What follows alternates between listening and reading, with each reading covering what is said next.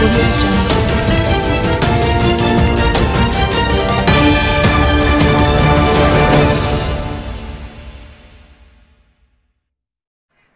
భాస్కర్ రావు గారు ఈ జిల్లా నుంచి మంత్రిగా ఉన్నటువంటి జగదీశ్వర్ రెడ్డి గారు పొట్టివాడే కానీ చాలా గట్టివాడు. మనకున్న పవర్ స్టేషన్స్ అన్నీ కూడా ఆ ఉత్తర తెలంగాణలో ఉన్నాయి గోదావరి ఒడ్డుకు.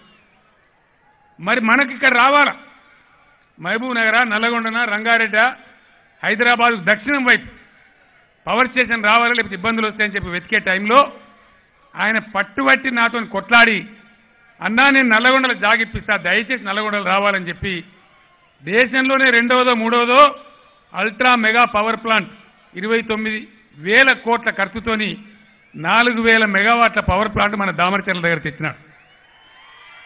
సుఖేందర్ రెడ్డి గారు, భాస్కర్ రావు గారు, జగదీశ్వర్ రెడ్డి గారికి సహకరించి ఆనాడు వేర్వేరు పార్టీలో ఉన్నప్పటికీ కూడా రావాలి, ఎస్ మా దగ్గర రావాలని చెప్పి ప్రజలను కన్విన్స్ చేసి జాగాలు ఇప్పించే ఆ పని జరుగుతూ ఉంది.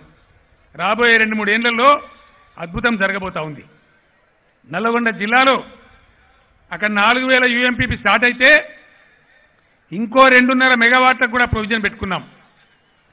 దేశంలోనే అతిపెద్ద విద్యుత్ ఉత్పత్తి కర్మాగారం మన నల్లగొండ నిలవు కాబోతా ఉంది.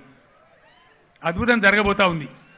18,000 మందికి ప్రత్యక్షంగా పరోక్షంగా ఉపాధి దొరకబోతా ఉంది. అసలు దామరచర్ల దగ్గర ఆ పవర్ ప్లాంట్ స్టార్ట్ అయితే నల్లగొండ జిల్లా ఆర్థిక ముఖ చిత్రమే మొత్తం మారిపోతుంది. అద్భుతం తయారైపోతుంది. గొప్ప డ్రీమ్ ఉంది. కాంగ్రెస్ నాయకులు మీరు చూసినారు, దాన్ని బంద్ చేపిస్తామంటారు. వీళ్ళకి తెలివి ఉన్నదా లేదా? దాన్ని మూసేస్తామన్నారు. ఏ కోమటిరెడ్డి వెంకటరెడ్డి మూసేస్తానడో ఆయనే నల్లగొండ ప్రజలు మూసేసి పీడా వదిలిపోయిందని మనం చేస్తా ఉన్నాం. ఇలా థర్మల్ ప్రాజెక్టు మూత వల్లే నల్లగొండలో మూత పడ్డది. గుద్దుడు గుత్తే మా భూపాలరెడ్డి ఎమ్మెల్యే అయింది అక్కడి నుంచి. ఇలా భూపాలరెడ్డి నాయకత్వంలో